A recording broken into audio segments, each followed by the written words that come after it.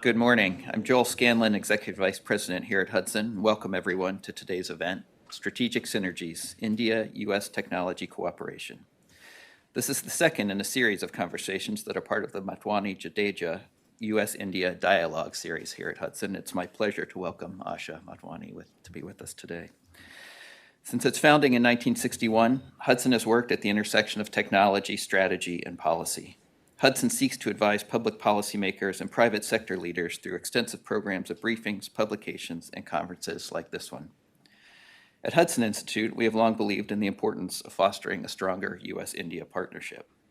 Hudson's India program aims to bring together U.S. and Indian perspectives on strategic issues. Amid an increasingly competitive global landscape, technology cooperation has emerged as a vital component of the United States-India strategic partnership. The U.S.-India Initiative on Critical and Emerging Technology was launched in January 2023. Since then, government, business, and academic institutions have expanded cooperation in both the civilian and defense technologies. It is my pleasure to now invite India's Chargé d'Affaires, Ambassador Ranganathan, to deliver opening remarks. Ambassador Ranganathan's distinguished career has included serving as ambassador to the Republic of Korea, at the embassies in Myanmar, Turkey, and Hong Kong, and as head of the Policy Planning Division at the Ministry of External Affairs. Thank you for being with us, Madam Ambassador. The podium is yours.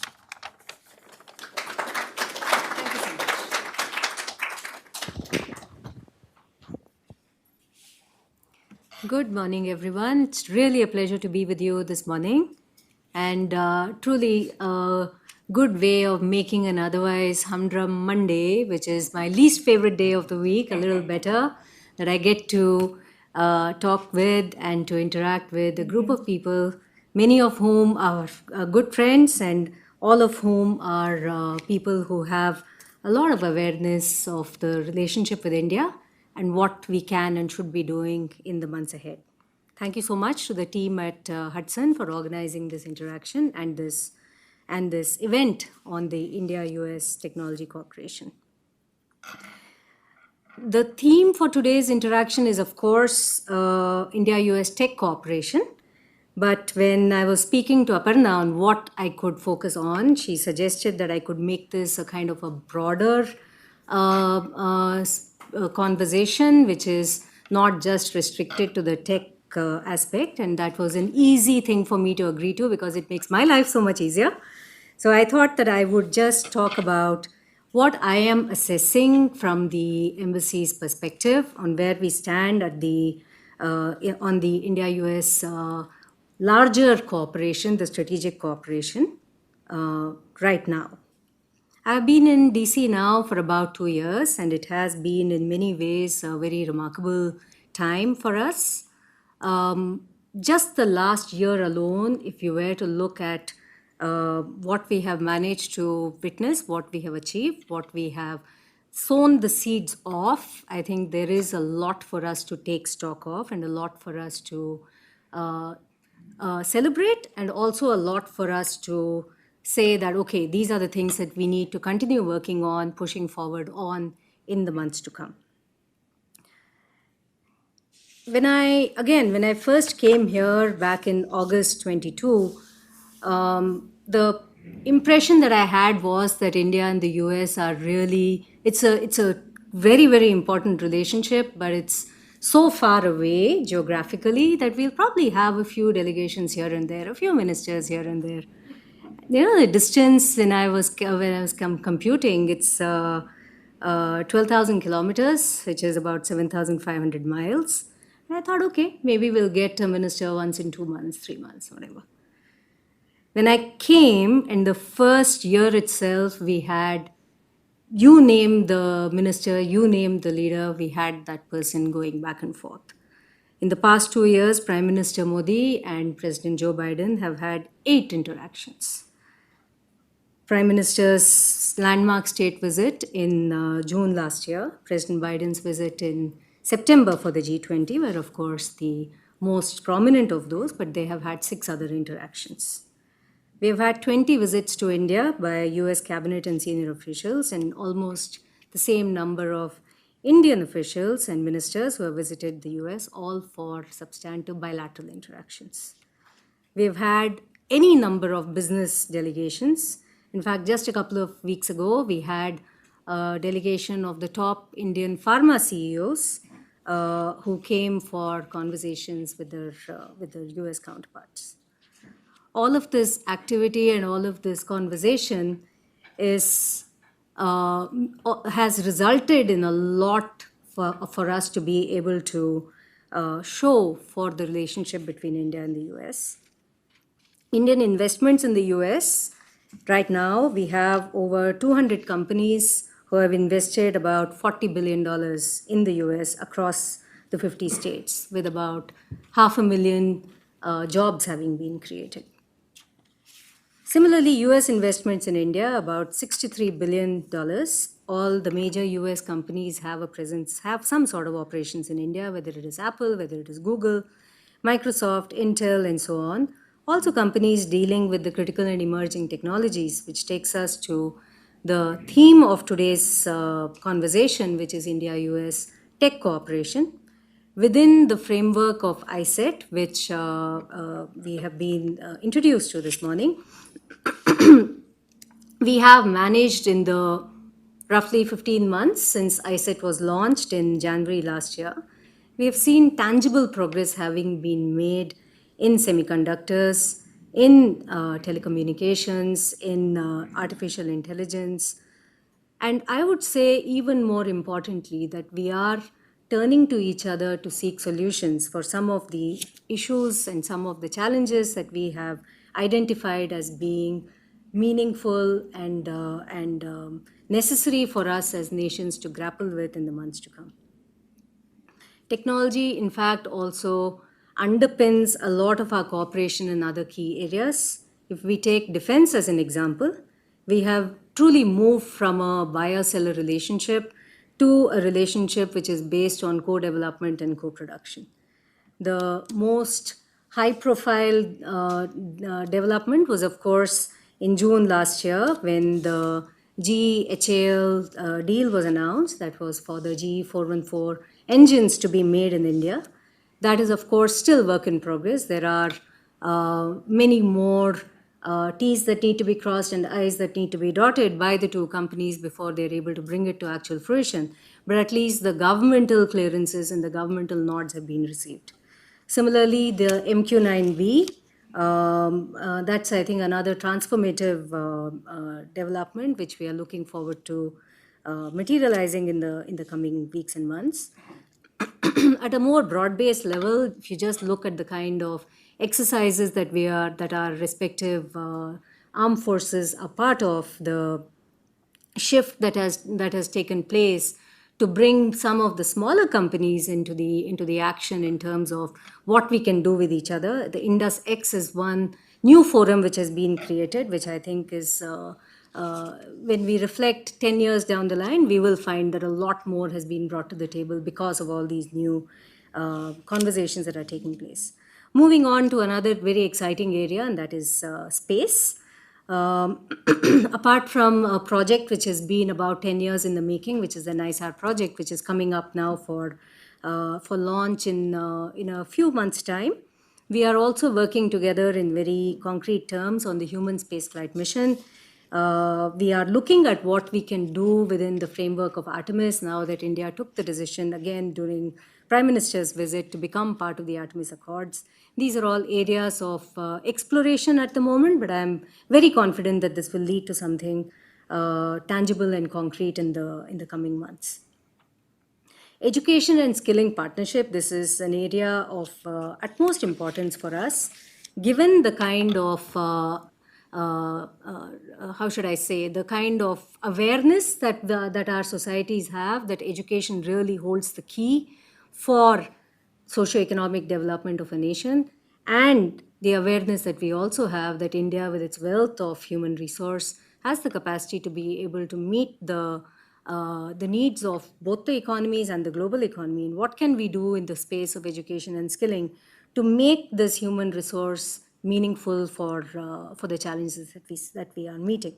In this context, the India-US Global Challenges Institute, the MOU that we signed in September last year when President Biden was in India, It's still not yet in implementation mode, but I believe that the nature of the conversations that are taking place between institutes of excellence on both sides will allow us again to see something meaningful happen in the coming weeks and months. We have a very large student community here in the US, about 350,000 students now in the US.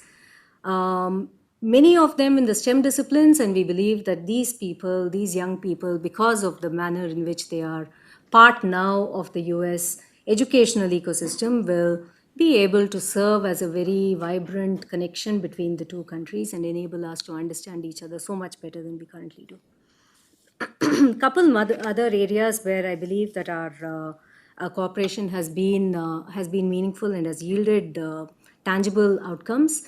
Energy and climate change mitigation efforts. This has been an area of focus for the longest time. But during the past year, we've done some interesting things. We have come together to form the Global Biofuels Alliance within the G20 framework.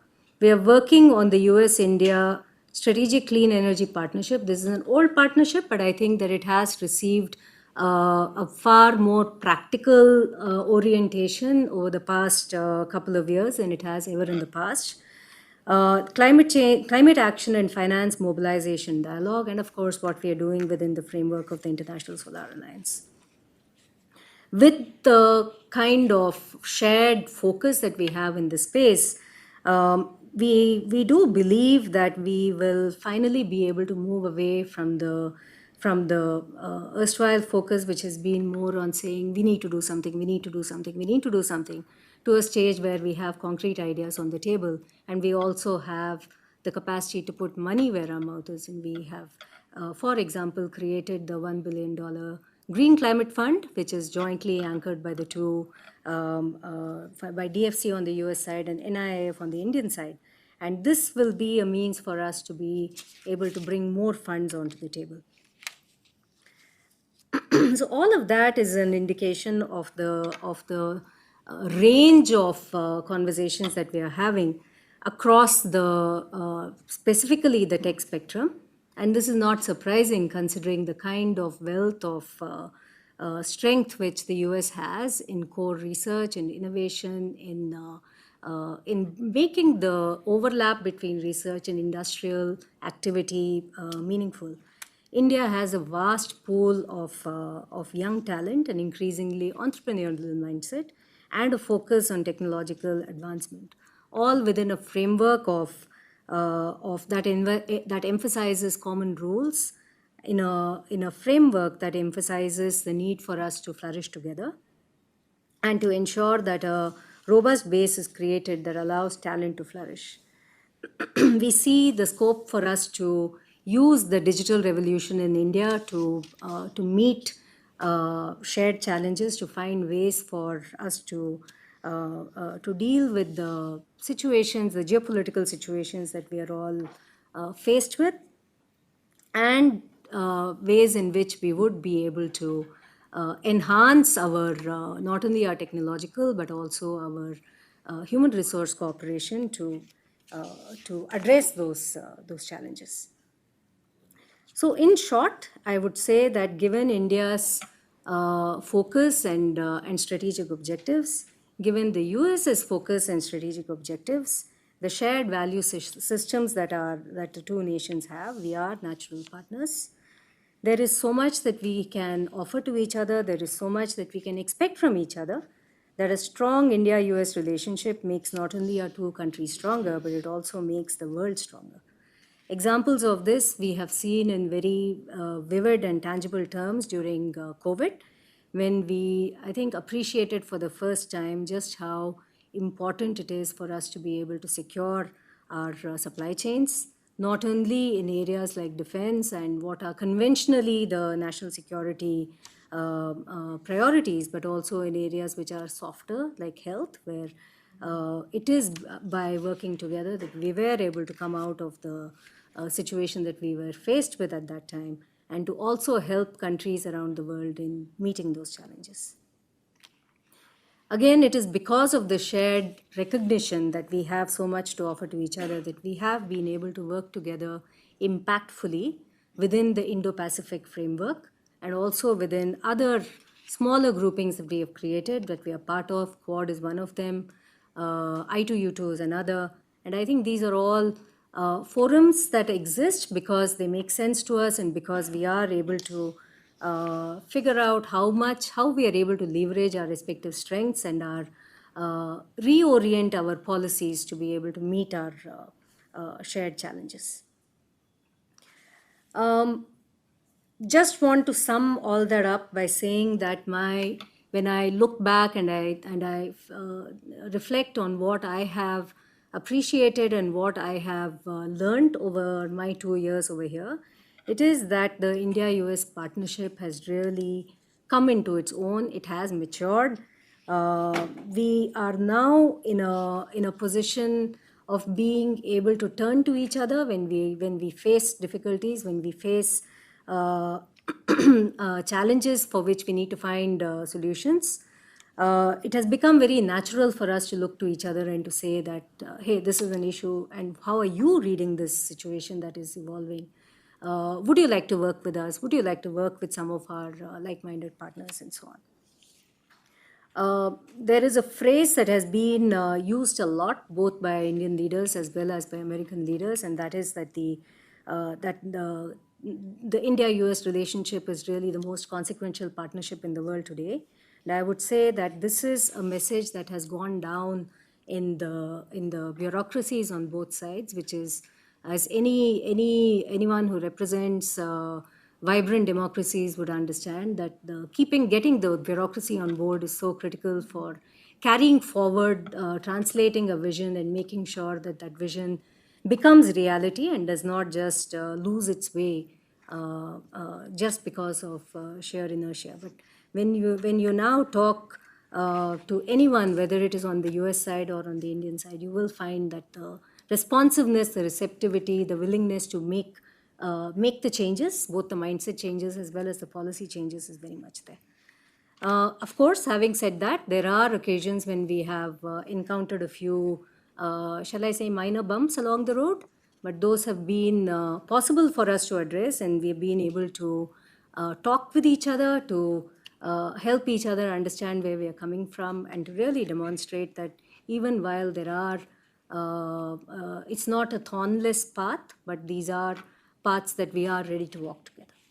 So with that, I would like to close and thank you so much for your attention and look forward to, I wish you all a great session ahead. Thank you.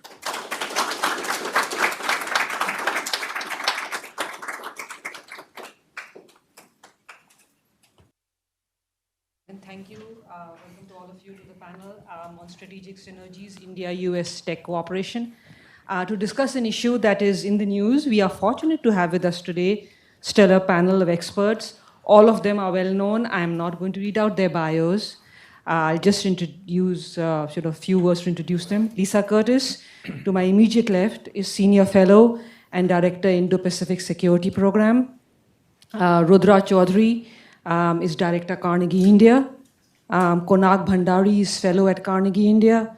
Vikram Singh is Senior Advisor, Asia Program at US Institute of Peace. And Daniel Markey, Senior Advisor, South Asia Programs at US IP. Each of the speakers will offer some initial remarks, and then there'll be a moderated conversation. Turning to you, Lisa, could you share your perspective on the strategic dimension of the deepening US-India cooperation in the tech arena from the American lens and drawing upon your experience at the White House? Thank you. Great. Well, thank you, Aparna, for inviting me to be here today. Thanks to the Hudson Institute, and it's an honor to be with such other distinguished speakers today. So right now, I think there's a sort of hyper-focus on the technology relationship between the US and India. But I think it's important to remember that technology discussions have always, well, at least for the last couple of decades, since I've been focusing on US-India relations, technology discussions have always formed an important part of the relationship. And I think back to about 2 decades ago, in 2003, when, as a senior advisor at the State Department, I accompanied former U.S. Ambassador Ken Juster, who was then an undersecretary at the Commerce Department. I accompanied him to New Delhi in 2003 to inaugurate the US-India High Technology Cooperation Group, otherwise known as the HTCG. So I just want to put that in perspective. Now, if you fast forward 15 years, when Ken Juster was then ambassador to India, I was deputy assistant to the president and National Security Council senior director for South and Central Asia. Around 2018, this is when the Trump administration took the major step of enabling India to receive access to armed drone technology, the MQ-9Bs that the Chargé just mentioned. And in fact, India was the first country, first non-NATO partner to be granted such access to such technology. And a few months later, of course, the Trump administration elevated India to Strategic Trade Authorization 1 status, enabling India to access dual-use goods. And of course, come to now, the present day, and we hear a lot about the initiative on critical and emerging technologies, the iCET dialogue that was launched by the two countries' national security advisors in January 2023. And this certainly has become the centerpiece of the partnership. It's resulted in the breakthrough agreement, which the Chargé mentioned, for the US and India to co-produce, excuse me, and co-develop jet engine technology. And the fact that India now serves as a hub for US ship repair is yet another example of how our increasing technology cooperation is building confidence between our two nations and, pushing our military ties closer and closer. The US and India are cooperating on things like semiconductor supply chains, quantum technologies, next generation telecommunications networks. We're working together to bridge the digital divide between the West and the global South. And I think India's leadership at the G20 last year, especially on digital public infrastructure, demonstrated this critical role that India will play in this endeavor. And of course, together, we are helping shape the framework for the responsible and safe use of AI. Our two countries are cooperating to advance the use of AI in cyber defense and in protecting critical infrastructure. And this is because our two countries share technology values that emphasize both a culture of innovation, but also rules that place human life and human dignity and progress at the center of our AI research and development. And what I mean is both of our nations want to harness the power of AI to benefit our societies and reduce the chances for the malign use of AI. Now, before I hand the microphone over, one note of caution that I would raise when we talk about enhancing technology cooperation between the US and India, particularly in the defense realm, is, of course, India's continued reliance on Russian military technology. So it's hard to imagine that a continued close Russia-India defense relationship would not impact US-India defense ties going forward.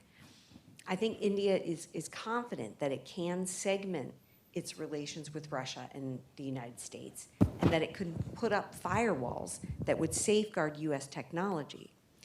But I think the US will remain cautious and reluctant to link its secure networks to Indian platforms and share sensitive defense information when India is still heavily reliant on Russian platforms. So I would just add that one note of caution to my remarks. And I think one of the questions that Aparna wanted me to address was the potential for US-India technology cooperation in a potential future Trump administration. Look, I would fully expect this cooperation, technology cooperation, to continue the momentum We saw a flourishing of the US-India relationship during the previous Trump administration. We saw very good ties between the leadership, between Prime Minister Modi and President Trump when he was president.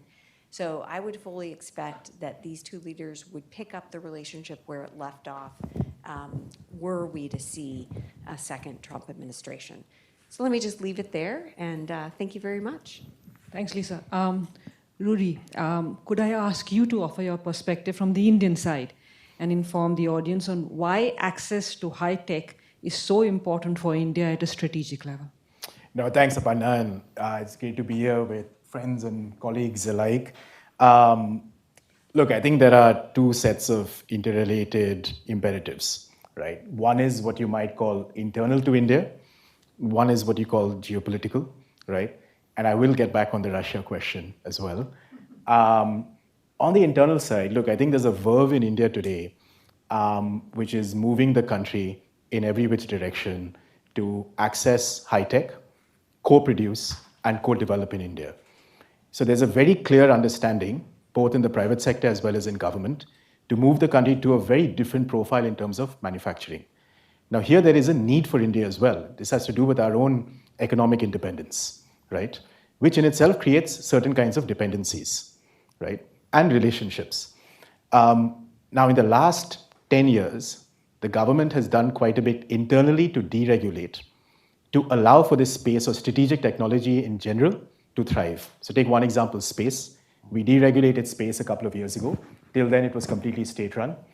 It led to the mushrooming of hundreds of startups and MSMEs. Now, please think of any other jurisdiction in the world where a deregulation equals hundreds of startups. Of those hundreds, today we have at least a dozen that have serious capabilities. Asha's sitting here. I think she just flew down from the Bay Area, where VCs in the Bay Area are putting money into these startups. And we're looking at an ecosystem of 400 to 500 launches at scale and at cost, right? That works for India, and frankly, it works for you and the world. I have no doubt if this verve continues in about 5 or 7 years from now, that ecosystem will positively challenge the monopoly held by companies like Starlink even, right? And I think that's a general good for the world. So there's an economic verve, there's support for that economic verve internally.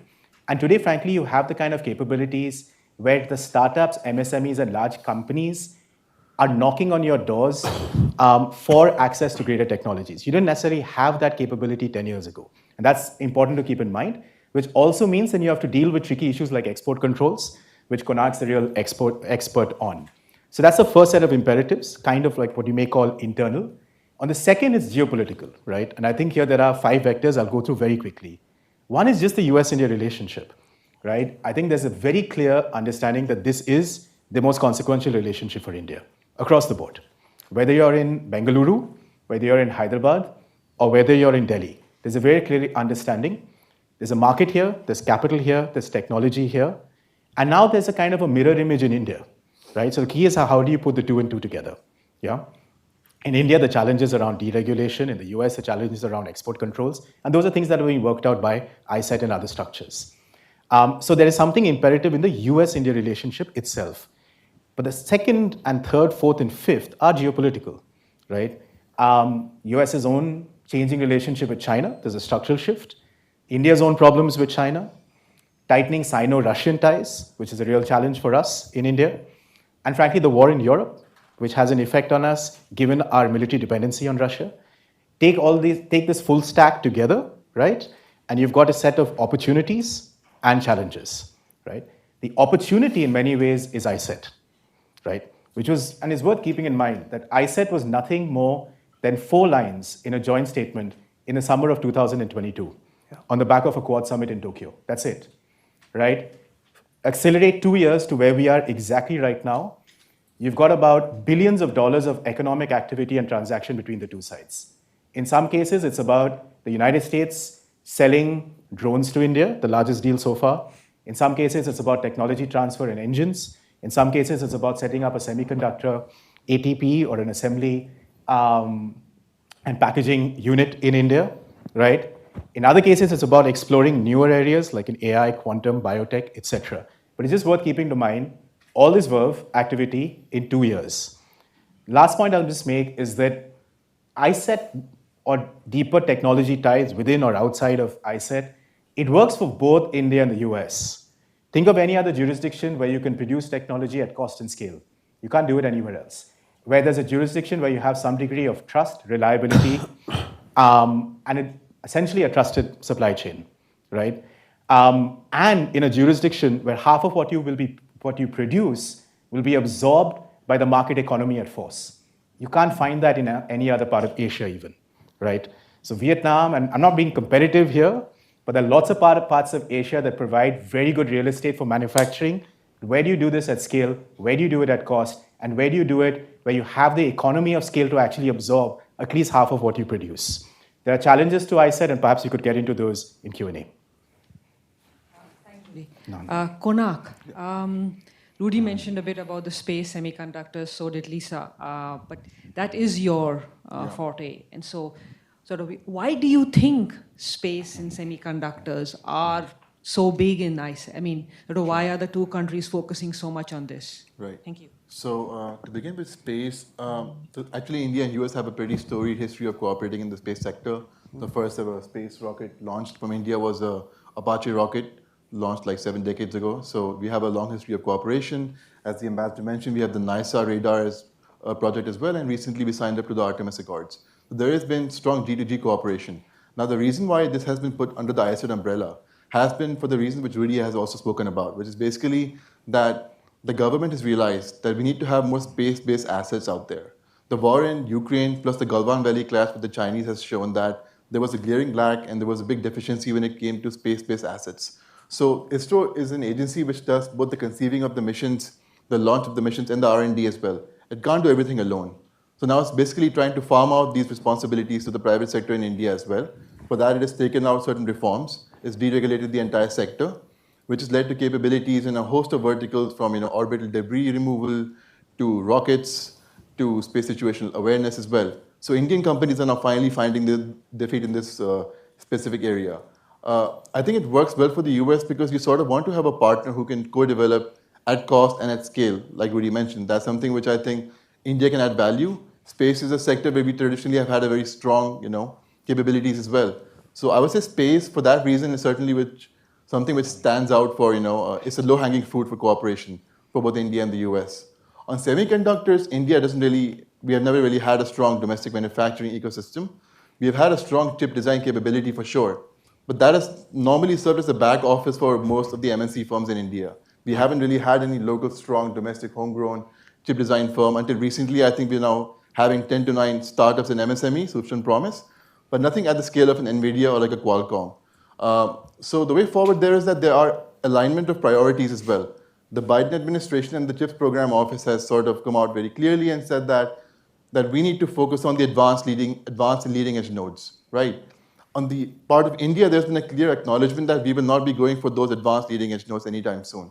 The kind of products which are used in India, be it point of sale terminals, be it drones, be it aircraft and tanks, they essentially use mature end nodes, right? So the subsidy policy, which has also been given out by the Indian government, has largely been used to set up packaging plants for these mature node products. And recently, last week, I think the Biden administration also announcing that they intend to levy a 25 to 50% tariff on Chinese mature nodes. I think will be music to the ears of Indian policymakers. I think that is something we can look forward to increasingly, grabbing market share as well. So I would say there's definitely alignment when it comes to semiconductors because the vertical we're looking at in semiconductors is very much different. Advanced leading edge node is not what we're looking at right now in India. We're looking at more mature node production, and that is an area where the US has been keen to let India play its role. So those are the two areas I think where we can have some cooperation. Thanks, Konark. Vikram, turning to you, why, many people ask, has the US been willing to share the crown jewels of its defense technology with a non-security ally? So first of all, thank you, Aparna, Hudson, Nasha, for having this forum. I think it's a really useful series of discussions, and it's really nice to be with only friends on the panel. So I hope you can get us to argue a little bit because we might agree on too much. But I'll try to be a little bit. I'll try to be brief and a little bit provocative. I don't think the U.S. has decided to share its most advanced technology, defense technology, with India. But I don't think that's bad for India. I don't think the U.S. wants to do that with anybody. And so even when you look at things like the AUKUS Accords, which is where we really could get to the furthest level of cooperation, even there are probably some exquisite technologies. There are certainly some exquisite technologies that the U.S. is going to ultimately keep to itself. And this debate about what do you let me have or not have actually obscures a lot of the reality of what happens in technology cooperation. One big thing, of course, that's happened is that the U.S. has seen its almost monopoly on the highest edges of technology, the frontiers of technology, erode away. So there are areas, including quantum and AI, including semiconductor manufacturing, are areas where the U.S. is definitely not the leader. And I think what you've seen is a recognition in the United States that as not just China, but the rest of the world has grown, and the post-World War II and then post-Cold War sort of era of American economic and technology dominance has shifted. Some people call this a multipolar world that they really want to see. Naturally, as the biggest pole in that world, the United States would like to keep itself as high as possible among the poles, but recognizes that a lot of technology and innovation is going to happen in other places. In some cases, that'll be worrying because it'll be a state that's adversarial like China. But in most cases, when it comes to the vast bulk of the global economy and the global innovation economy, that's going to be happening in the United States or in our allies or in partner countries. And India is a big part of that universe of allies and partners. Not an ally, but a critical partner. Most of this technology cooperation is organic.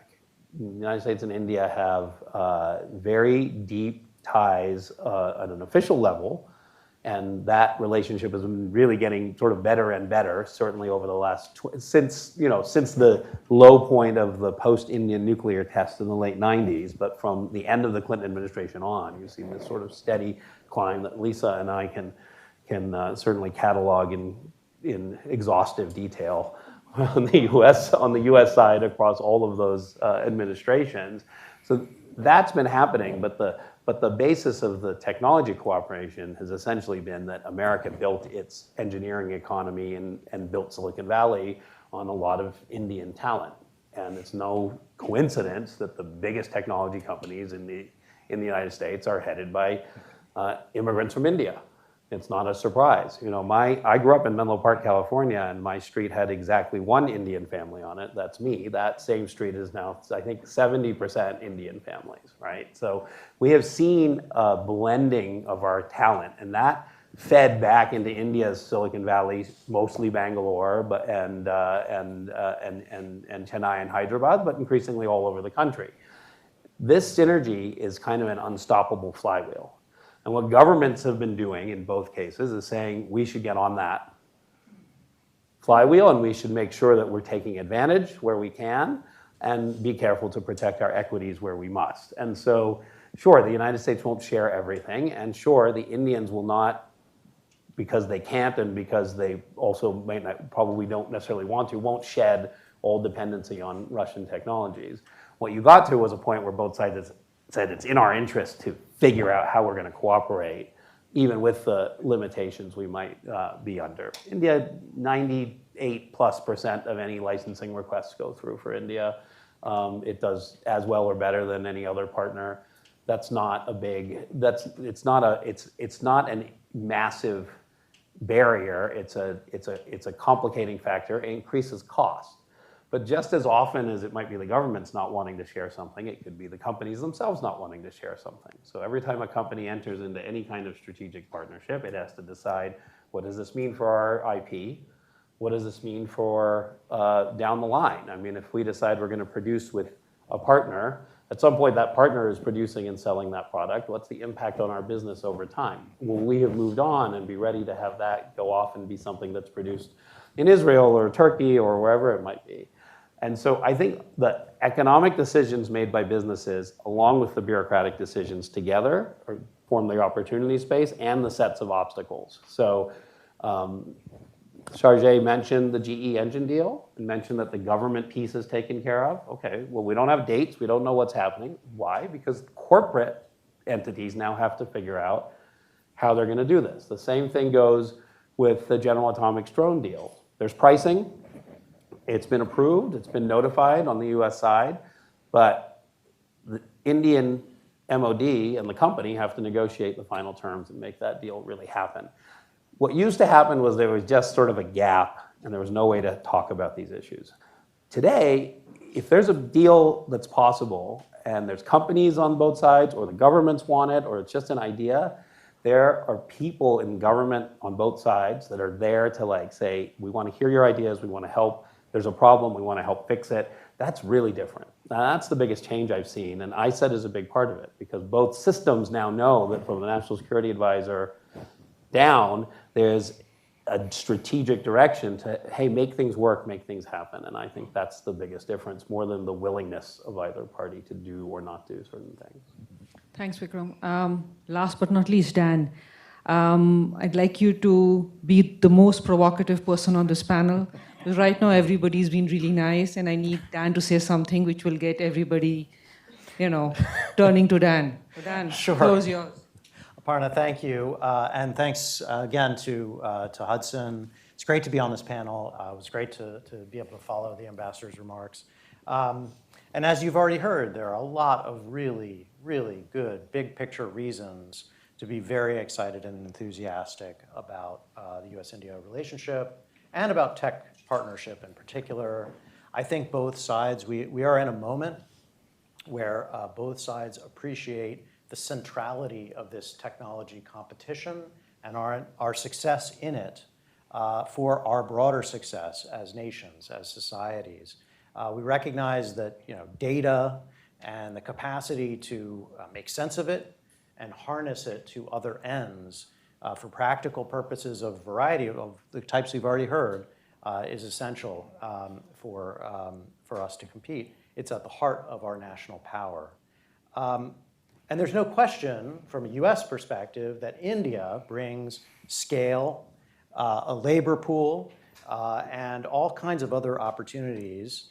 Even is it in itself a kind of an important data source for realizing these aspirations. And from an Indian perspective, the United States brings existing capabilities, technological capabilities, world-leading technologies, and capital to that story.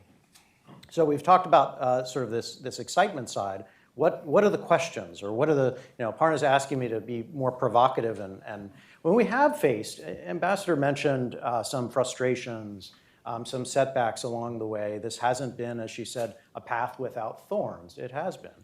So I'll raise 4 questions. The first of the questions is, do we have right-sized expectations for this relationship?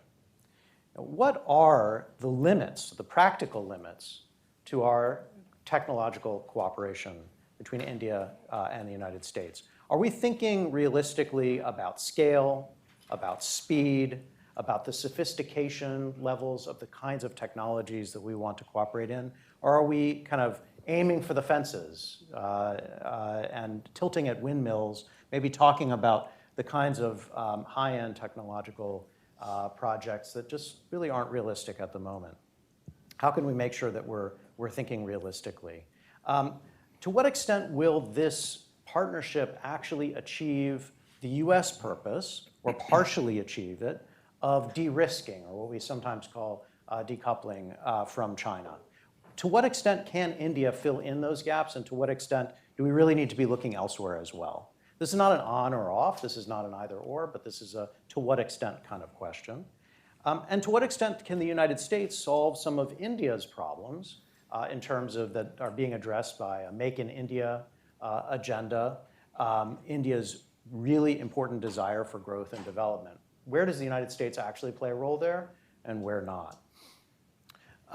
And we need to ask the question about whether we are now actually cracking the code to solving this challenge of technology cooperation in ways that we weren't before. I mean, we've been enthusiastic before. We've had great ambitions before. And so what will lead us to be more effective this time around? What's fundamentally new or different about these efforts? It's really important that the United States understand how to prioritize India in these efforts. What we should expect from India as compared to our other allies and partners, and even countries that almost don't even qualify as allies or partners. You mentioned Vietnam, right? Like, where does India fit into all of this? Because it's essential to avoid the kinds of frustration or backlash that will come if we underdeliver on our promises. Either way, right? One of the surefire killers to this relationship will be overpromising and underdelivering. That leads people to be frustrated and frankly angry. Okay, so that's the first set of questions. Second set, are we speaking plainly to each other? Are we speaking the same language, literally and figuratively? Sometimes I feel like the way we use the same words is interpreted differently on either side of this relationship. The concept of shared values, Lisa mentioned, or of like-mindedness, what does this really mean when it comes to technology? Now, is this an actual commitment to kind of an ideology in the conception, the production, and the use of new technologies? What's the content of that? Or when we say like-minded, are we really just using shorthand, which is not China? But we should be clear about which one of these things is actually operative. If it is the former, that is a set of ideas, or what are the terms of the US-India convergence on technological values? What are democratic technological values? I'm not sure I really know. The United States tends to favor a set of technological values that are often driven by, informed by private sector interests, big US tech companies. India often takes a more statist approach to understanding technological values. In digital public infrastructure, we often sort of give the benefit of the doubt, we, the United States, to our big tech companies. Whereas India is likely to be more skeptical about that and give more of a benefit of the doubt to the state. So if we're each committed to the rule of law and certain protections for our own people, whose rules and who are we protecting from what? I think we need to be plain about that. And there are also some other critical disagreements that we need to be plain about, but Lisa's already pointed these out. Others have already mentioned the differences over Russia and so on. These will have clear consequences for the nature and prospect of our technological cooperation when India plainly sees that its interests are aligned with a certain type of continued strategic cooperation with India on really important things like S-400 systems or nuclear-capable submarines and so on. These are not small issues, and they're not going away anytime soon. All right, question 3, briefly, what is the place for all of this for government policy? You know, I think there's a case to be made, and I believe Konark made the point, or no, I thought maybe Rudra made the point in the space area that the real space for the government is to get out of the way, that we do more when the government does less. But at times, it seems like that's not happening, or it's happening in ways that are a little bit too slow or not across the board. We have serious questions about FDI into India. It's not booming. It's flat or maybe even going down. Why is that? What's going on? A lot of American companies would say it's because there are too many controls, too many limits to involvement by the state. So this isn't to say that the state can't be helpful or state intervention can't be effective, especially in an era where we're seeing a kind of a new industrial policy and a need to implement that to compete internationally. But again, could the government be doing more by doing less? And last question, fourth question. What are the outer limits to the US-India strategic partnership? I think India's leaders, if you listen carefully, have actually been pretty clear about what their long-term aims are. Their aims are to achieve India's national greatness in a global environment, as Vikram pointed out, of increasing sort of multipolarity, which India can have its own independent role. In other words, India is not seeing technological cooperation with the United States as a way to help the United States compete with China, or to grow the US economy, or to create opportunities for US companies. It may do those things, but that's not India's purpose, and we need to be clear about that. What does India want? At most levels, this is completely fine. This is understandable. But at times we will see, and have seen, I think we are seeing, that India's desire is to bring in outside technologies and intellectual property to make India more capable and more competitive, and this may not create long-term a level playing field for US companies. And it may have consequences for the United States over the long run that we should be contemplating from the outset. India is not China. Let me be very clear. But Washington should learn the lessons of its history, of its relationship with China over the past so many decades. The United States benefited from technological and economic cooperation with China, our consumers and our producers. But with the benefit of hindsight, we also saw our engagement didn't transform China in the way that some people might have hoped. And beyond that, maybe we should have been a bit more circumspect about cooperation in certain very sensitive areas, which have allowed China to be more competitive with us in the long run. So what would we have done differently had we played that game again? And what might we do differently as we're playing not the same game, but a similar game with India now? Thanks. Thanks, Dan. I'm hoping that people on the panel are going to disagree with Dan, so that I don't have to play that role. But while I I'd like to take one round of questions with all of you. One, feel free to comment on what somebody else said. But if Lisa wouldn't mind also referring to, you talked about Ambassador Jadeja and the 2003 HTCG. We had DTTI, we have iCET, so we have 3 sets of, 3 times in the last 2 decades that, that both governments have tried to work together on tech. What do you see as a challenge this time around, Lisa? Not opportunity, but challenge this time around. Well, thank you. So first, I just did want to comment on one thing Dan said, and I think, I largely agreed with most of what he said, but I do disagree with the last point, that somehow we have something to learn about the mistakes we made with China, with India.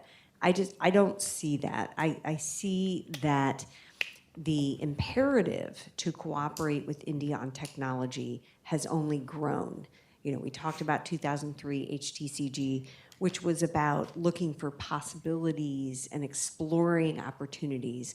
Well, now I would say there's an absolute imperative for the US and India to cooperate on technology, and that's because of the technological competition with China.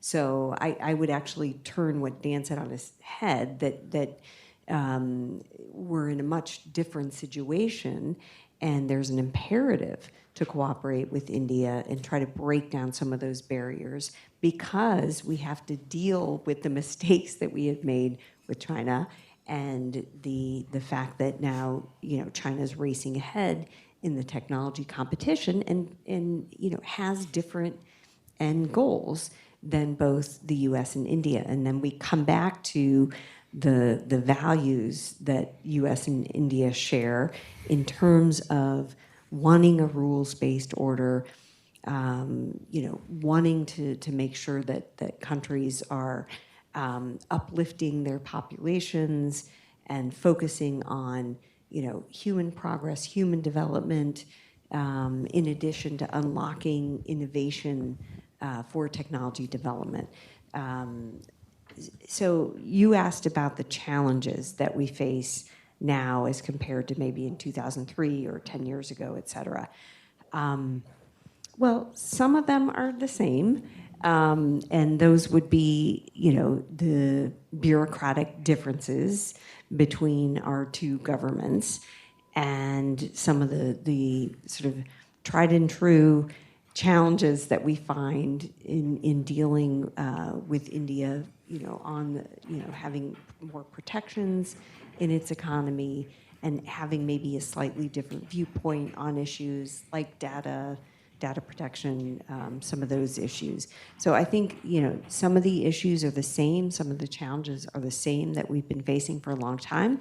But I do agree, I forget now who said it, but maybe it was Vikram, I think it was Vikram, that the fact that the NSAs are in charge of iCET makes all the difference, because they can cut through some of the bureaucratic hurdles, and they are the convening leaders of the rest of their bureaucracies. Because I think what we found before iCET was it was kind of difficult to deal with these technology issues, which were parsed out to different parts of the bureaucracy and different agencies controlling different issues. So I think the fact that the NSAs are in charge of iCET makes a huge difference and can help us overcome the challenges that I had just discussed. And I think I already spelled out another challenge that I see, and perhaps there are differences on the panel, but I do see that if India continues to heavily rely on Russian military gear, that at some point that will impact our ability to share our crown jewels or the most sophisticated defense technologies in the future. Not to say that, we haven't shared a lot, but I think at some point it will provide an obstacle in the future. Thanks, Lisa. Rudy, in your remarks, you had said that you may refer to the challenges later, and you also said you will talk about Russia. So I'm going to put you on the spot. Well, let me talk about the challenges of this panel and some of the questions that perhaps Dan has raised. Okay, on Russia. Look, one, I think we all need to just very clearly understand the United States is not an exclusive relationship for India. You have to understand that, right? It's a consequential relationship. It's really important for a variety of reasons, which we've all talked about. But this is not a country that's going to bet down on an exclusive relationship, whether it's on the diplomatic side or whether it's any particular domain of a technological asset. If you want an exclusive quantum relationship with India, it's going to be hard, right? Because what's in it for us? For all the reasons that have been raised over here. That's just a fact. And today, you're not the only player in the game when it comes to strategic technologies. Every time you increase export controls and make licenses difficult for space companies, they just go to France. Let's be very clear, where we have a very strong technology relationship. And I think as Vikram said, I will underscore the point that we overplay the export control problem. It's not much of a problem, but there is an issue, right? Today you have Korea, Japan, the United Kingdom, and others knocking on our doors for an iCET-like relationship. There's already a lot happening in that space. So I think just to put it in perspective, exclusive relationship is not going to happen. It's just not the way India's designed, right? And by the way, it's not the way you're designed either. On Russia, I think you've heard this many times in terms of India's position on Russia, but the facts are these, right? For historical reasons, strategic reasons, is 60% of our military dependency comes from Russia. That's just a fact, right? 85% of our dependency in armor comes from Russia, right? So till the day the United States can pony up 3,500 tanks and ship them to India with a clear supply chain, right? Let's just accept that reality. It's not going away. And by the way, those Russian tanks are sold to India by license, right? So there's difficulty in that process in itself. Does that affect us because of impacts of the war in Europe, etc.? Of course. Are we worried about supply chains? Are we worried about supplies, nuts, bolts, radiators? Absolutely. Because that is an existential threat to us on both our boundaries, right? And tax is the king of war, right? Beyond that, though, if you look at the strategic investments in defense technologies with the United States, there's a gradual steady up, right? With Russia, there's a gradual steady down. I suspect that is the diversification that the country will practice. It'll take 30 to 40 years. So let's just manage these expectations very clearly, right? You're in a place where you're not looking at additional capital expenditures in Russian technologies as of now. But there are legacy equipments which is as crucial to our national security, which, by the way, is connected to your national security, right? Like China. So that's one on Russia. On the second part, look, Dan, I liked your points, but I think they were quite fuzzy and frankly quite generalist. And I say this in the hope of provoking more debate. Couple of things. Number one, and Lisa also mentioned this, you talk about data, shared values, and technology. I'll stick to tech and shared data. We in India, we have a data law. We actually have means by which you can check your personal data. You don't have a federal data law. So if you're talking about shared values, that's a good place to start, right? On data itself, and I'll just say this, it's an easy one to whip up, right? No big tech company today, name me one that talks about data as a problem. They can't, because we've given it to them on a silver plate. Big issue for them, and you have someone who's written more on these issues than most. Big issue for them was the localization of data. That's all they cared about. Because if you localize data in India, one of the largest markets for companies like Meta, your business is gone, it's broken, right? You don't have localization. It's a stipulation just like you have it in the GDPR. But it's not a stipulation today that's enforced for any American company. You have free flow of personal data moving between the Bay Area and Arizona and India and anywhere else, right? So I think we have to be very clear what we mean when we say that data is an issue between the two jurisdictions. I just don't see how it's an issue any longer. On the point about DPI, that's a whole kind of different world, and just to be clear, that's outside of the kind of iCET formulae. I think there's a deep misunderstanding in the United States on digital public infrastructure. The fault is partly ours. We've not done a good enough job to explain this. The G20 process was a lightning process. I can tell you, it took effort to convince your negotiators on the imperatives of DPI, right? Which is largely about inclusion, it's about markets, about governance and technology coming together. I don't think DPI is as status as you make it out to be, right? And for this reason, none of your companies think so. Google Pay was developed in India as a product on top of digital public infrastructure. You have 500 million subscribers on Google Pay today, right? That's a model that will possibly get replicated in large parts of the global south. PhonePe, which is owned by Walmart, has the other 480 million subscribers, right? How is this a problem for America Incorporated? How is this a problem for California? I generally don't get it. There's a natural alignment between DPI, right? And we can get into what this is if you want. If you want to turn it into a DPI conversation, I'm happy to. Innovation, markets, technology, and governance coming together, right? Satya Nadella sees it, Oracle sees it, Microsoft sees it. When this stuff's going to get proliferated in the global south, which will happen, it'll be 50 and 5 and then in kind of the next 4.5 years, right? Who's going to host it on their cloud? It's AWS, it's Azure, right? So I just want to take a step back and say when we say the DPI status, it's not enough for innovation, it doesn't do well for private sector, I think you have to take a relook at what all of this means. And last point, just on China, look, it's not India's job to help you de-risk from China. You've got to figure that yourself, right? Just like we have to figure out our own relationship with China. The challenges will be dealt with separately. There's a commonality in the opportunity, right? And that opportunity is what can you get when you demonopolize economic production or the overemphasis of economic production in any one jurisdiction, right? You may call it China plus one. Companies may move to India. There'll be other ways in which you can mess around with that ecosystem and supply chain. But if you believe in trusted supply chains, which I think both governments do, my sense is that's where the commonality comes together. Micron came to India primarily because of these equations and because of iCET, right? Which is, by the way, electrified our market on semiconductors to no end, right? You're thinking about General Atomics and GE, these are legacy deals that go back a long way. Electrified under iCET, because clearly there's a common understanding of the opportunity over here, right? And lastly, on de-risking, I'll just say is this. I think in America, you're as confused about de-risking as anyone else, right? You have Elon Musk going today to China, asking for proprietary technologies on a map architecture for self-driving cars, right? When your government, on the other hand, is talking about EVs and the risks embedded in chips. So explain that to us, for instance. Those contradictions will exist. That's what market economies are about. That's what competition is about, right? So de-risking, demonopolization, these are contradictory terms. I would say focus on the opportunities because you'll have different approaches to the challenges themselves. Thanks, Rudy.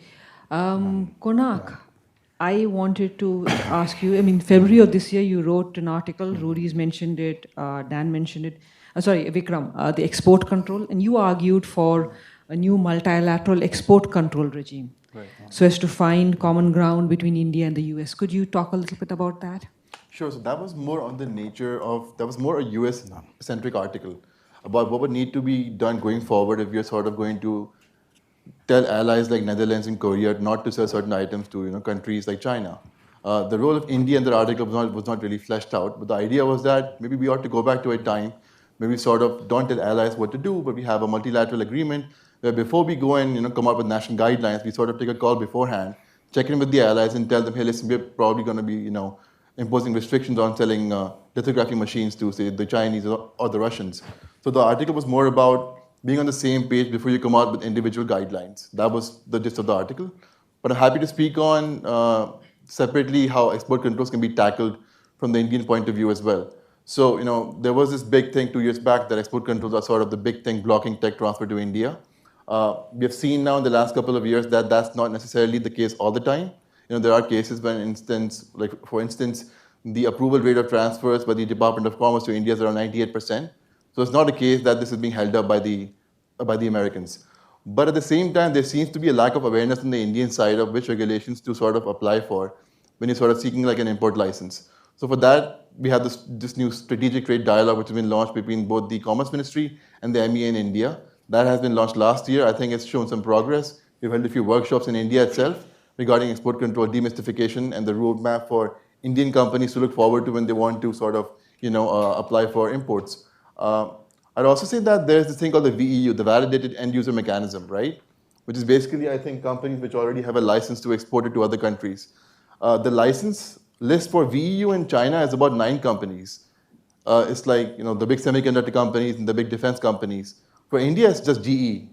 And that's kind of hard for me to figure out why that's happened. I mean, if you're sort of keen on selling more to India and you don't want to sort of get caught up in the restrictions of export control laws, it'll make sense to have a VEU license given to the big players who routinely sell to India. So that's something which we can also think about. I think on the Indian end, we also have some work to do. There are cases where certain space companies want to, serve as a payload provider to American companies. But the problem is that when they sort of host that payload, they want to get that data back to the Americans, right? And that leads to a problem because in the Indian side, the SCOMET guidelines, which are the export control guidelines in India, they're not very clear on how that data is going to be treated. Are we allowed to export it back to the Americans? So if there's no clarity on what the downstream impact of that tech is going to be, how do we even import it in the first place? So I think there is something to be done from the Indian side as well. And I think there's an unspoken thing in geopolitics as well that, if you're sort of trying to seek a piece of technology from the Americans, it might not be given to the Indians if there is somebody who's already got a piece of that tech, say maybe in Europe. The French or someone else might not be keen for someone else to have the same piece of technology since it sort of compromises them as well. So I think there are these 4 or 5 things which we can work on to sort of, smoothen out the export control issues. But yeah, that's pretty much, I think, how we can make progress going forward on export controls. Mr. Singh, in your remarks, you talked about synergy is unstoppable with the 2 countries. So I'd like to sort of, I said the non-government to government, the private sector synergies are unstoppable. I mean, this is just, you're not going to see, I guess it could be stoppable. We stop visas, we stop, right? Governments could stop it. But left to our own devices, the private sector is going to continue to be getting this flywheel of talent, engineering, and innovation, and it's just been growing into the investment space. It's just been expanding. So you're going to see that continuing, absent some major, major break in relations. So, for example, H-1Bs go away or something like that. It's not inconceivable. You could see large-scale tariffs. You could see right now. I think we're seeing, a bunch of Southeast Asian nations just had anti-dumping countervailing duties on solar panel imports petition filed by American producers. So that kind of thing could hit India. But I think we have these conversations, and they sort of are happening at these multiple levels. And one of the levels that Dan and Rudy, giving us some energy, were getting into was the regulatory space, where we have failed as the United States to do anything much in terms of regulation at a national level, because I think, as Dan says, we tend to let the private sector lead on these things. California has regulated, Europe is regulated, India is regulating, Japan and Korea are regulating, Brazil is regulating. I mean, there's regulatory proliferation happening out there. How the allies and partners of the United States end up working together based on all these different regulatory schema that come out is going to affect how, how ambitious our cooperation can be. So talking about that stuff is important. But to Rudy's point, I mean, we don't have anything in place on data protection, privacy, et cetera, at a national level, per se. I think it's really important if we want to maximize the strategic partnership to get strategic about it. So that would mean iCET has many, many things happening, and I love 1,000 flowers blooming, but that would really mean, okay, there's these handfuls of sectors where we have dependencies on China that are a strategic threat and vulnerability. Can we cooperate on those? What I think is happening right now is high ambition and high hopes, but then a lot of stuff that's just sort of left to go along its own path. So if we want to not be dependent on China for critical minerals for batteries, for solar, if we want to make sure that the commodity scale, mature nodes and semiconductors there's options that are from secure, trusted sources outside of China for those sorts of things. If we're concerned about Chinese monopoly on something like display, where every screen that's not the highest end, even on a US fighter jet or aircraft or whatever, is probably Chinese at this point, right? So we need to pick a few areas where we go, okay, for the national security advisors, the things they're going to care about the most are how do we cooperate on these things, and then we're going to find lots of unexpected obstacles to that cooperation. So right now, if we are going to make it harder to get solar panels from non-Chinese countries because they are getting some piece of that solar panel from China, which they can't get from anywhere else, we might inadvertently be reinforcing China's supply chain rather than undermining it. And we're not thinking through those sorts of things. I think the United States views India, including big Indian companies like the Tatas, the Adanis, and others, as the best frontier competitors with big Chinese state-owned enterprises in many ways. And I think we see a lot of what we want to do in terms of building in India. Rudy was saying, okay, 50% of your production could be absorbed in the Indian market. Where's the rest of it going? Some of it's going here, but it's got to go to places in Africa and Central Asia and Southeast Asia. And now we have, again, unexpected obstacles. India makes it difficult to come and do that stuff and then re-export it outside of India just because there's things that make the cost structure not favorable. MRO, it is starting, but it's cheaper to do it in Singapore, which is kind of crazy for most things, aircraft and ships in particular, right? Because Singapore has made it very simple. You come in, you're not going to pay anything for what you bring in, you're not going to pay anything for sending stuff back out if you come and do repairs in Singapore. India is far, far, far from that. And so that big vision hits these regulatory obstacles. And then I do think it's important to think about the digital future we're creating. And the main tension, of course, is between surveillance and privacy. It's between data, so data localization is going to work out because everyone's going to end up eating the cost to keep data in a jurisdiction while negotiating how that data can flow freely back and forth. The reason countries are doing that is primarily security focused. They want to protect their own people's data, but they also want access to it for judicial purposes, for law enforcement purposes, for counterterrorism purposes, for financial crimes purposes. We're all going to have different interpretations of whether we're comfortable with how that's being done in different jurisdictions.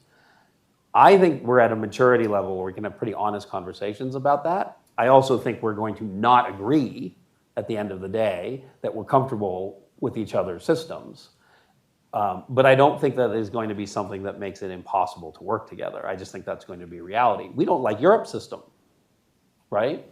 And so when Indians get worried about how we're not going to agree on data localization or free flow of data or whatever, or data privacy or data protection or whatever this Digital India Act that's going to move, I bet, fast this year after the elections. When we don't agree on those things, people get really worried. But I just say, look, we have no real harmony with Europe. on this, but nobody thinks it's a threat to the transatlantic partnership, and nobody should think that it's a fundamental threat to the US-India partnership, in my opinion. It's just stuff to work through. Thanks, Vikram. Dan, would you like to respond to anything? Sure. before Yeah. I mean, open it up? I think a number of points have already gotten picked up, which is great. And I take the challenge from Rudy in the way that it was given. But I would say a lot of the responses were more of a defense of India than a defense of the U.S.-India relationship. In other words, this was an effort to explain, India's position, say, on its relationship with Russia, which, as you said, won't change for another 30, 40 years. So the United States has just got to get used to it. Okay, well, that's fine. I mean, I'm not sure how that actually gets us further to sort of coming together on a workable relationship in defense tech, other than that we need to sort of swallow that reality.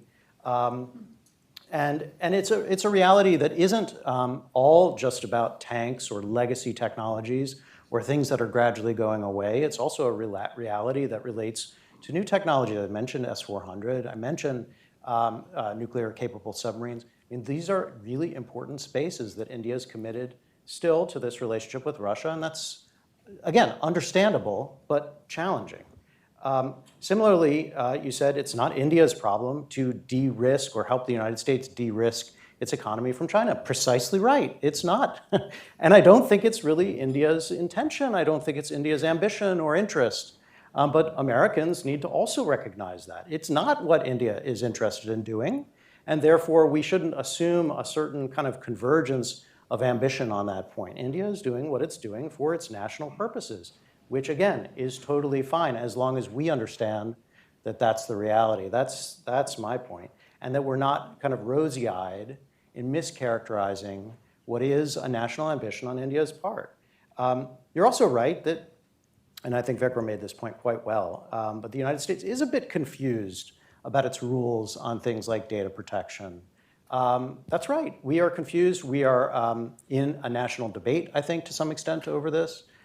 India also has been in a bit of a debate. I think, as Vikram said, we will settle those debates differently, though.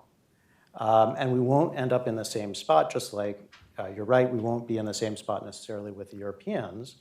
But characterizing a situation where US companies like Google and the Indian government come together and actually agree on projects on DPI or otherwise, as being evidence that we are adhering to sort of a like-minded ideology, I think is a mischaracterization.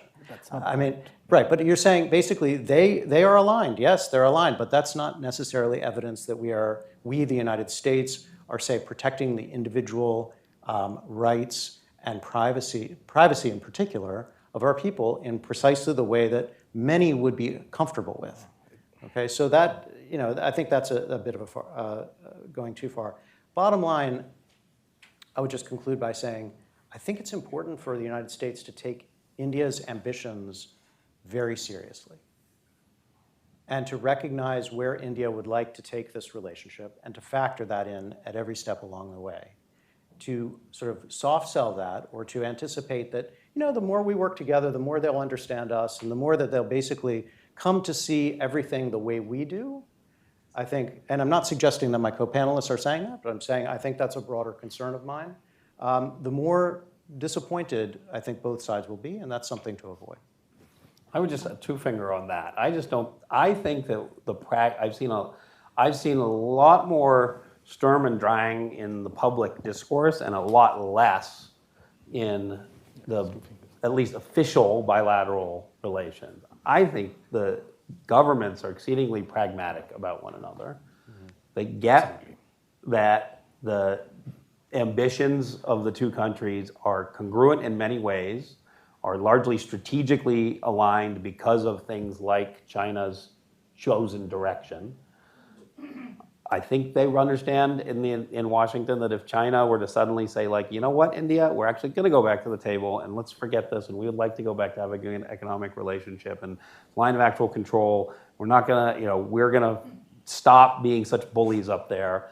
That India would probably welcome that, because talk about giving India some breathing room instead of having two active hostile fronts going back to just worrying mostly about one. I think India would largely welcome that. And I think that there might be those in the commentariat in the United States that would go, oh my God, they weren't really our friends about China because they're now, relaxing these controls. For the time being, India has far more restrictions on China than we do.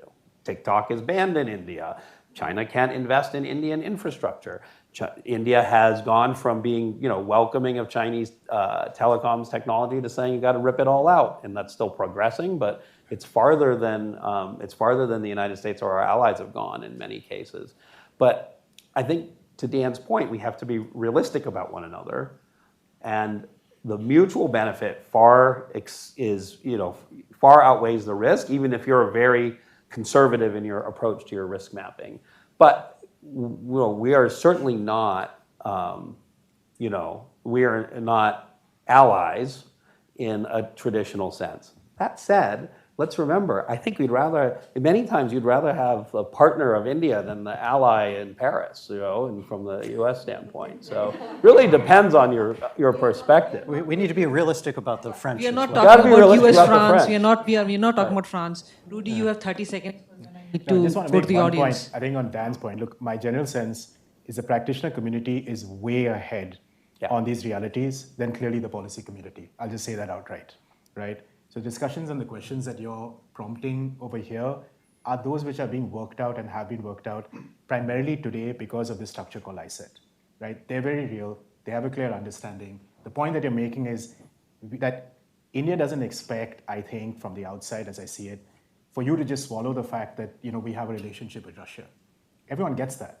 Maybe the policy community here doesn't, but everyone else gets that. And that's exactly what's been worked out when you have a very complicated agreement like GE, which has signed an agreement with the Hindustan Aeronautics Limited, which, by the way, is the same organization that does Sukhois, that's involved in BrahMos, that's got a Russia angle to it. Now, my own sense is your DOD, your Congress, your National Security Council, your State Department, Department of Energy, which are all the export control bodies in the country and the political leadership, have got a clear understanding of how this will actually work out in practice once GE actually starts co-producing and co-developing engines for light combat aircrafts. So a lot of what you're saying, Dan, I think is already in action. And that's why I kind of come back to the point that I genuinely think that the practitioner community is way ahead of the curve on this. On the last point I'll say is, you made the point about, I think sometimes it's important to be defensive about the perspective that you come in from in order to manage expectations and get that clarity clear, right? And I think that's what India and the US have done for the last 25 years. And I think that's what people like Lisa, Ashley, and a range of others have invested in, which has got us to a place today where you've actually been able to start on iCET in a play where you've got those expectations set, right? So when it's Russia, you're not starting from the bottom. When it's China, you're not starting from the bottom, right? iCET just monopolizes that and kind of takes it to a different level. Thanks, Rudy. Questions? Right up front, John.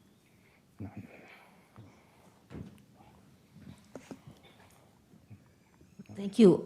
So here is the view from Silicon Valley.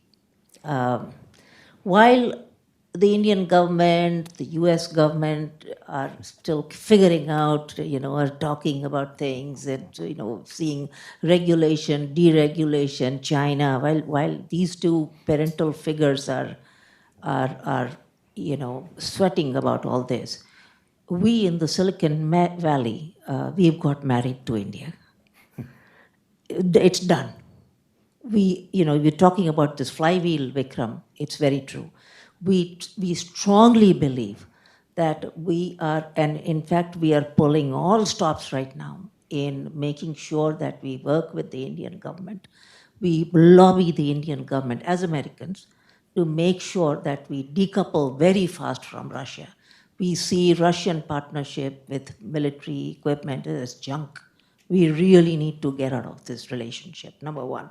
Number two, we need to pull all stops in making sure that both the governments understand that we are now joined at the hip with India. Silicon Valley, which is a driver, 90% driver of all innovation in the US, is now joined at the hip with India.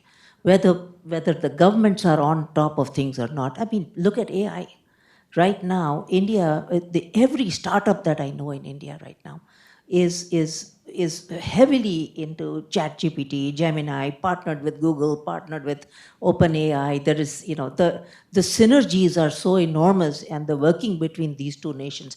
So right now, I think the biggest challenge that I see right now is for all of us to be lobbying our governments to say, remove anything that's getting in the way of this partnership, and pull all stops while we are at it. That's where I see it from Silicon Valley. So thank you. Right at the back, Dr. Nagar. Thank you very much. I'm fellow in Hudson Institute, but based in Tokyo. I'm a strong supporter of the US-India technological cooperation. But as a basic question, if the US provide the technology to India, what kind of benefit US will get from India?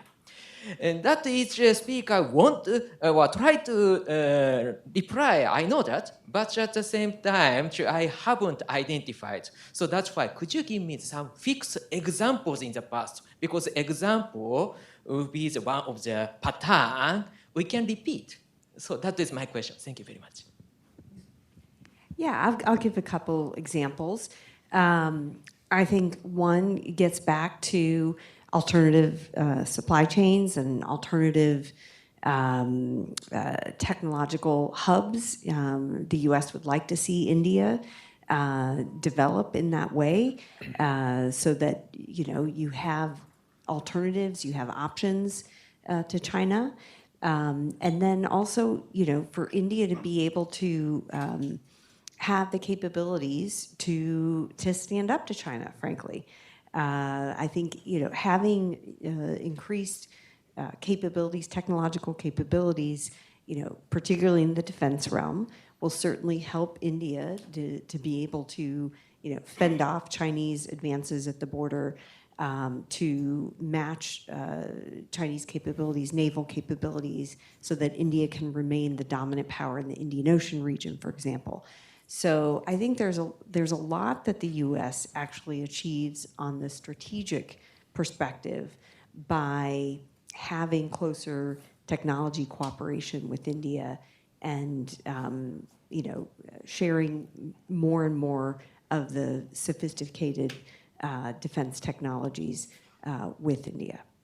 I mean, I would just add that, I think the China point is really important. We want India to make life more complicated for China from a strategic standpoint. So not only that India can defend itself, which we see as a good thing, but that China has to think about India's capabilities on its Western front if it wants to do anything anywhere else. We want that to be problematic for China. But also, my favorite recent example is over the years, India has bought C-17s, it's leasing a couple of drones, and it's bought P-8s, which are maritime patrol aircraft that are used also for coordinating a lot of activities. And if you look at the recent Indian activities in the Red Sea, seizing or saving ships that have been seized by hostile actors in the Red Sea, you're seeing the Indian maritime commandos dropping out of the back of a C-17. You're watching a video feed, sometimes from an American drone, and the coordinating of all that maritime activity is utilizing P-8s that are using the Link 16 communication system, which is a secure US-based communication system that we use for communicating with allies and partners.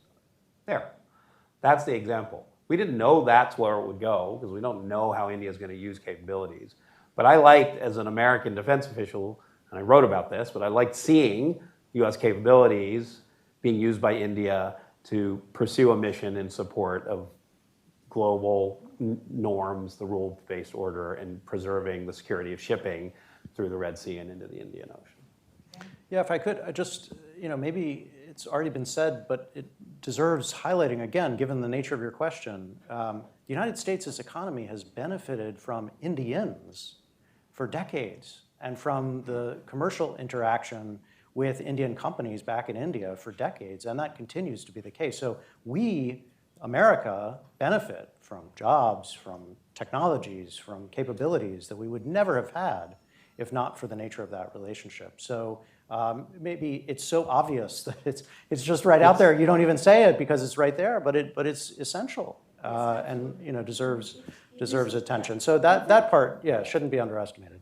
In fact, even about China, you know, about Rudy's point about China, sort of like, is this India's problem to worry about decoupling, about US decoupling from? Yes, it is India's problem. It is, we in the Valley sit there and say, we are constantly egging on the Indian bureaucrats to say, move fast, help with Russia decoupling from, with US decoupling from China, because it's in our interest, it's in India's interest to do this. It's in our strategic interest. So on one hand, India can continue pretending to be running on a policy of strategic, sort of ambiguity. You know, Dr. Jaishankar loves talking about it, and that's fine, because we do have some, Cold War legacy connections with places like Russia and so on. But we, in practical terms, even if we pretend strategic, ambiguity, we on the ground, we need to do something which is much more radical. Can I make one point upon that? Sure. Hey, Asha, just on your point, I'll just say this. I'm not seeing much of that ambiguity, right? If you talk about China de-risking India, we're a country that said no to massive manufacturing opportunity from BYD. It was a huge investment from a Chinese car-making company, right? Your guy, Elon Musk, went to China, right? He didn't double down on India. So I think, to be absolutely clear, the ambiguity on China, and just to highlight a point that Vikram made, India's pretty clear-eyed when it comes to what does de-risking on China mean. And this is hard stuff for India. We need the jobs, we need the manufacturing, we need the capital, but we said no. Rudy, the Indian government pushed back on Tesla. They lost their opportunity. And so... I don't know, he landed up in China. I know, but that's our fault. That's India's fault. Okay. Indian government's fault. Okay. So we need to work on that. If we could, question here, and then I have the young man. Good afternoon, Namaste ji, kaise ho? I'm Chris Orr. Okay, Namaste ji, kaise ho? I'm Chris Orr, proud Hudson donor, former U.S. Air Force officer, and now a military and defense aviation writer for simpleflying.com.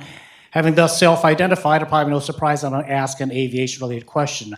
Rudy, you already touched upon, the Tejas light combat aircraft, which is homegrown, and then, here we go, the Sukhoi Su-30 flanker. With that in mind, two-part question. I guess this goes out to the whole panel. What do you see for the current and future status of direct cooperation between the U.S. Air Force and the Indian Air Force, especially in the context of those two platforms mentioned? Number two, the prospect for cooperation between U.S. naval aviation and the Indian Navy's naval air arm, especially in the context of India's budding aircraft carrier program, and here we go again, the use of the old 1970s Soviet-designed MiG-29 Fulcrum fighter. Thank you. Shukriya. Dhanyabad.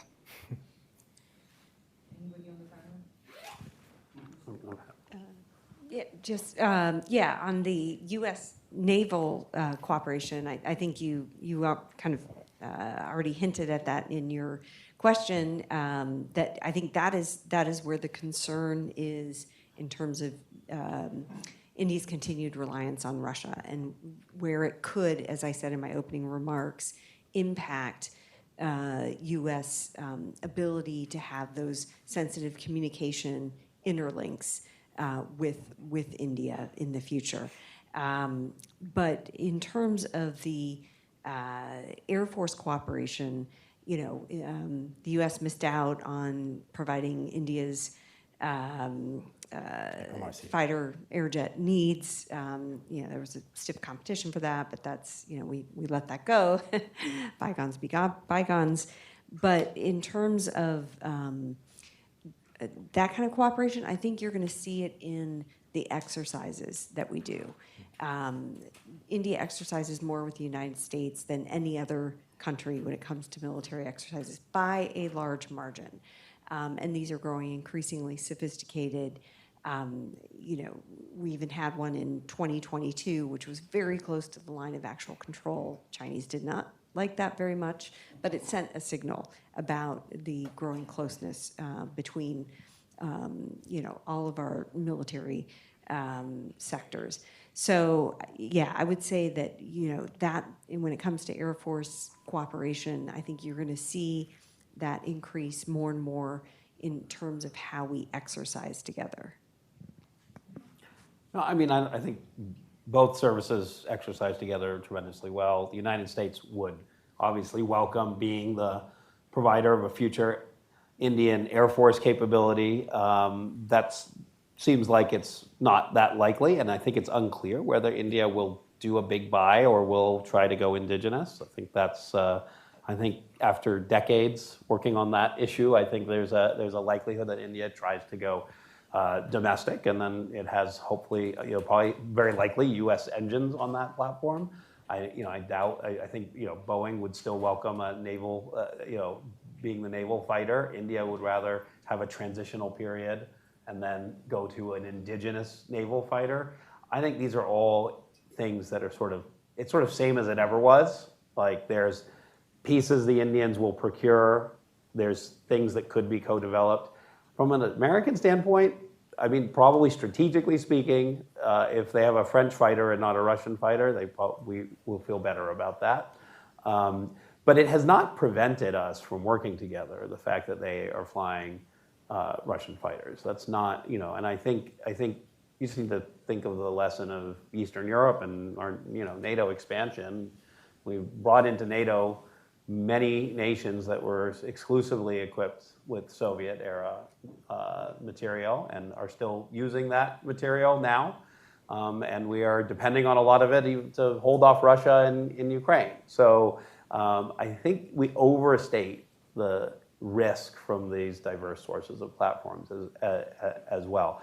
Aparna's first question to me was, why are we sharing the crown jewels? Well, and then Dan touched on it twice. The crown jewels include strategic systems like missiles and SSBNs, and we're not offering to provide ICBMs or nuclear-capable submarines to India. We've hardly figured out how to do it with Australia. For Australia, it's taken probably 50% of the brain power and time and energy of the Defense Department to just get to partway down that road. So I think we just similarly don't expect it. Why would we expect India to give up its missiles and submarines, right? So I think it's just a fun parlor debate at this point. This doesn't have a lot of relevance on the actual cooperation. So, I have 2 minutes. So the young gentleman up here up front, John, and the gentleman on the third row. That'll be the last two up here, and then the gentleman on the other side. Thank you. Brief questions, please. Okay. Thank you for having this very interesting discussion. I wanted to ask about, I think the Micron ATP plant seems like a big deal. What do you think India's competitive advantages in attracting more investment in that segment?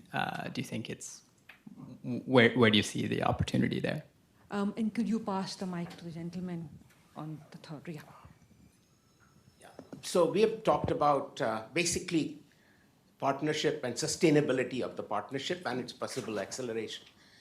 A fundamental thing for that requires a strategic complementarity. And that's where the biggest problem arises. And it's different than tactical. Tactical complementarity, we can talk about a lot of things. American companies make more profit. Strategic complementarity is missing. And how do you get over it? Number one, multipolar versus unipolar. The US defense strategy, every strategy says US insists on being a unipolar.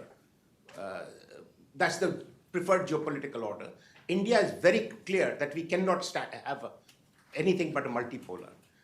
Economically, I've worked 30 years in multilateral institutions, etc. Almost everywhere, let's say, Indian and US interests have actually been adversarial to the extent you have adversarial, but while Chinese interests in India have been very complementary. Economic outside, technology-wise also, one would argue that there is complementarity between Indian and, let's say, Chinese or even Russian. And lastly, defense. I won't get into the last part. So how do we get over that strategic discordance as opposed to complementarity? So I'll take the first question on the Micron deal. So the Micron deal actually has had a galvanizing effect. You've seen it followed in a few months by the deal with Tata and PSMC from Taiwan.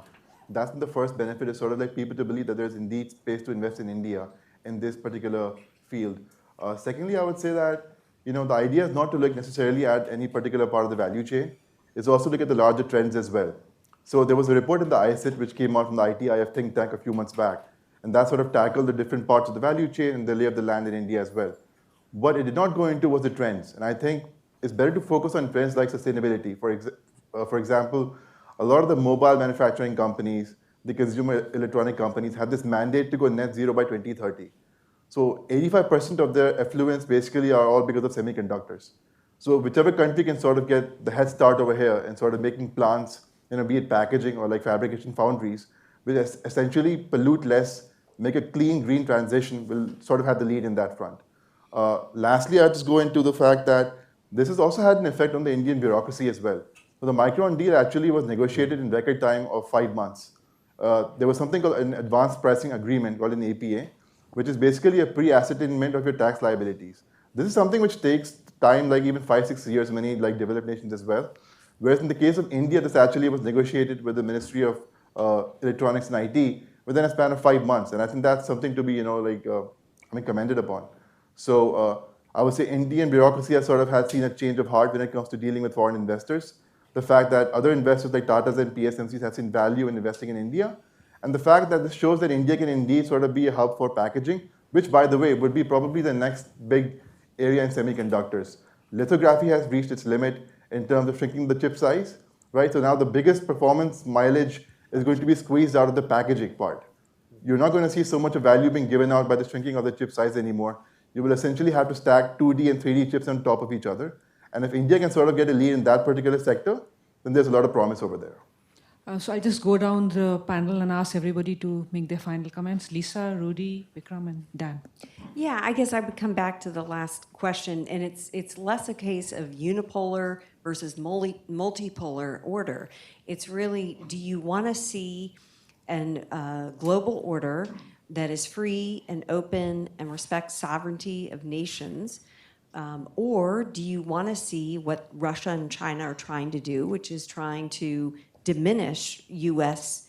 influence in the global order and shape it more to their liking, and in a world in which Russia can invade Ukraine illegally and unjustifiably. So I think that's what we're talking about. We're talking about do we want a free and open global order where the U.S. continues to have influence as a democracy, or do we want to see the current order sort of upset, overturned, U.S. Undermined in this order? So I think that's really what we're talking about.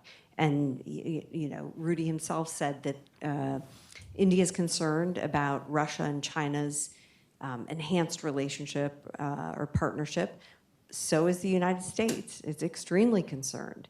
And then to see the kind of cooperation that both Russia and China are having with North Korea and Iran, one starts to become concerned about, what are we looking at in the future? This is a threat to all nations that support a current order of countries maintaining their own sovereignty and remaining, that the global commons remain available to all countries and cannot be sort of, overtaken or dominated by any one country. Yeah, I think just the one point is, I think the lack of strategic articulation or common articulation should not be mistaken for lack of strategy. Now, I just want you to think about the following 5 or 6 things and think 10 years out, right? So think we're in 2034. Defense, and it comes to your question, we possibly have one of the largest P-8 fleets today anywhere in the world. All our airlift capabilities moving to the United States.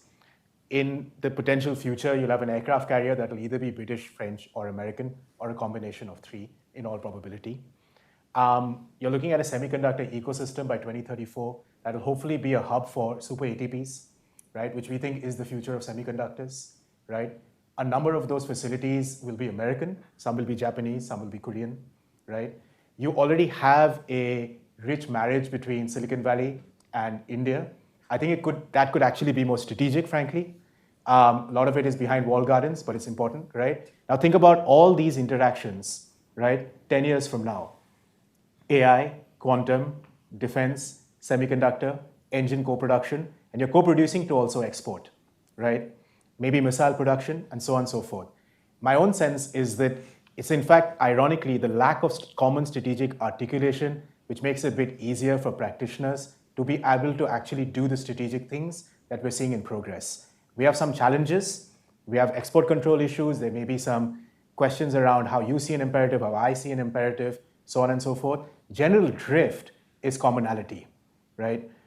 So my sense is we shouldn't worry too much about the both sides expressing things together. We should just be concerned about what they're doing together. Well, and then, but they do express a lot of things together. I mean, again, I think these joint statements coming out of these visits are like 24 pages long. Yeah. And they're full of expressions of common strategic views. And I think just a little tour around the world shows you that actually the interests are common. It's not that India wanted Russia to invade Ukraine. It's a disaster for India. They would far rather it didn't happen, and they would far rather it ended now. And what they don't care as much about as we do is the terms of that ending.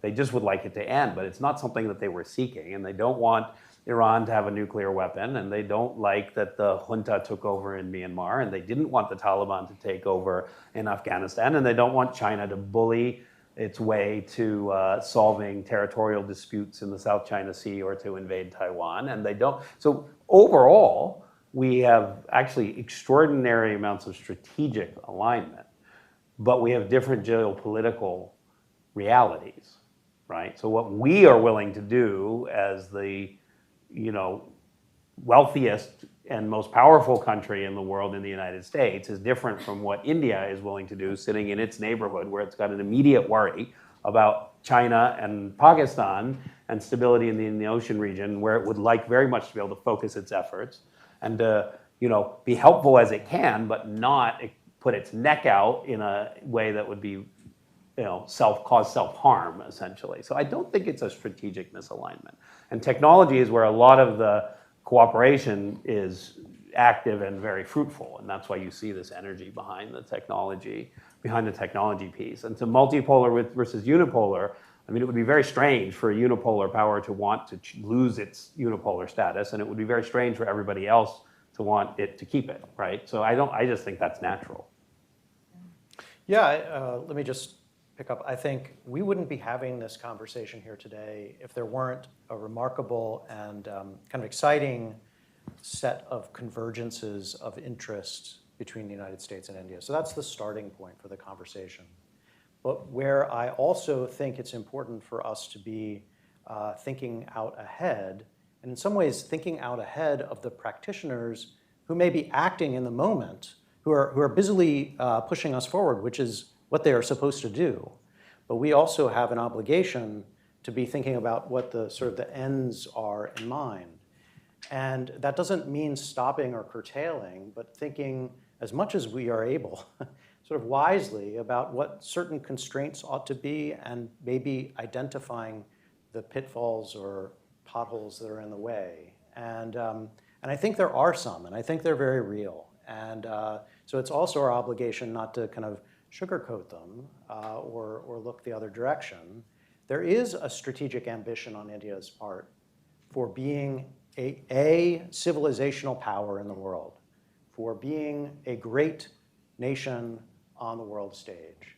And that is not necessarily incompatible with the American ambition of also being a great state on the world stage. But they would, inevitably, as you say, naturally, there will also be natural points of friction in that transitional process, as we've seen in other cases. So, we should be watching out for those as well. That's at least one lesson that I draw from the nature of our decades-long process of watching the US-China relationship. Again, they're not the same, but we should learn from some of the mistakes that we've made in the past. Thank you very much to the entire panel and to all of you. There is lunch, so please make sure you have something to eat. Thank you very much.